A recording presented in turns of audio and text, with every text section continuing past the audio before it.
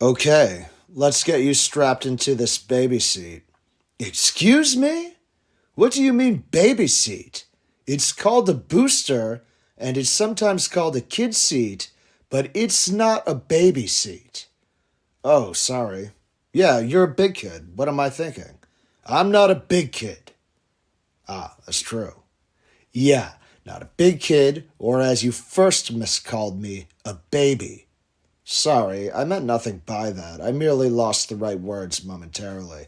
I should hope that that's correct. I know you're not a baby, nor am I a big kid. Right. Although I'm flattered you would think so. I actually don't think you're a big kid. Now he's precipient. See? He was patronizing me, and he knows. That's how some of them are. That's why I only trust them if they come in and address me with that voice. Yes, the I'm talking to little kids now voice. It's very trustable, but he didn't do that. Little kid is what I am, but he never uses that voice with me. I'm sorry. Don't apologize for that. Apologize for your mistake. The baby seat thing? Yes. I'm sorry. I know it's actually a little kid seat. Wow, is he ignorant. What? It's not a little kid seat. It's a kid seat, or more often, it's called a booster. I'm sorry, I thought you said yourself you are a little kid. His seat is called a high back booster, and it's not for little kids only. Big kids use them too. That's why it's called simply a kid seat, though more often a booster. Okay. My booster is backless. Okay. Spare us your apathy, pal. If you really sincerely are apologizing to us, then understanding these distinctions needs to matter. This is the difference between a hornworm and a moth. I am not a toddler, sir. I know, you're 7 years old.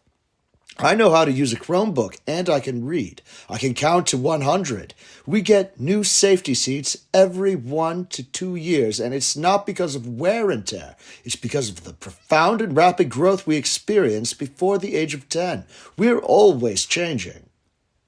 I understand. When I address you for what you are, I will call you a young man and a bachelor.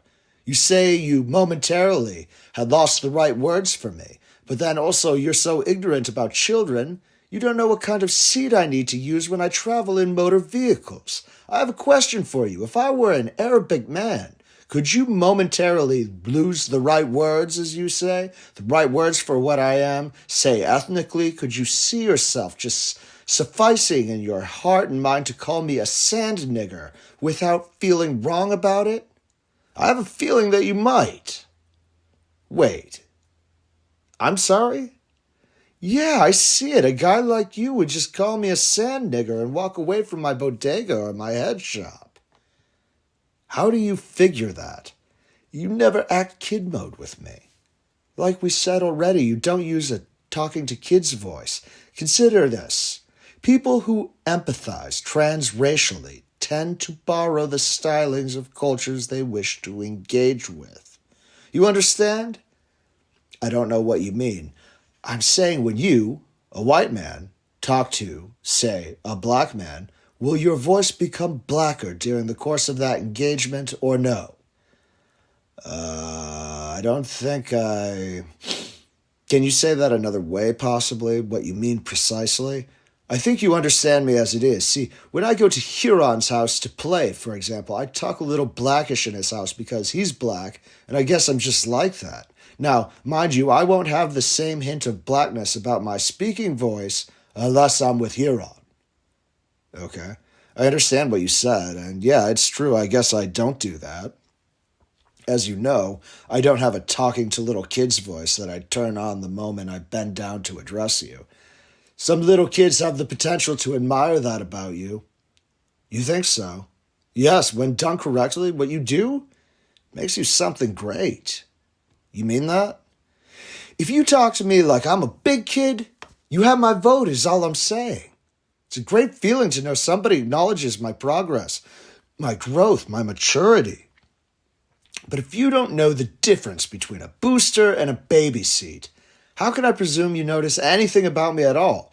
If you know nothing about me, then I don't care if you talk to me like I'm a big kid. I still prefer the sweet, attentive woman who gives me Oreos. Even though she talks to me like I'm a toddler, with that voice. But alas, she believes I deserve to be spoken to like that because it's true sometimes I make mistakes in my past, and I'm afraid of the dark. It's hard to convince her I'm a big kid. I get you. So, we're good? You're forgiven, but you also could afford to get me small gifts from the dollar store more often. It's not from a place of materialism. It's just a good, cheap way to show you actually care. Everybody does this for me but you. I got you. Yeah. Also, be aware I do know that Grandma buys the gifts you get me for my birthdays. How'd you know that?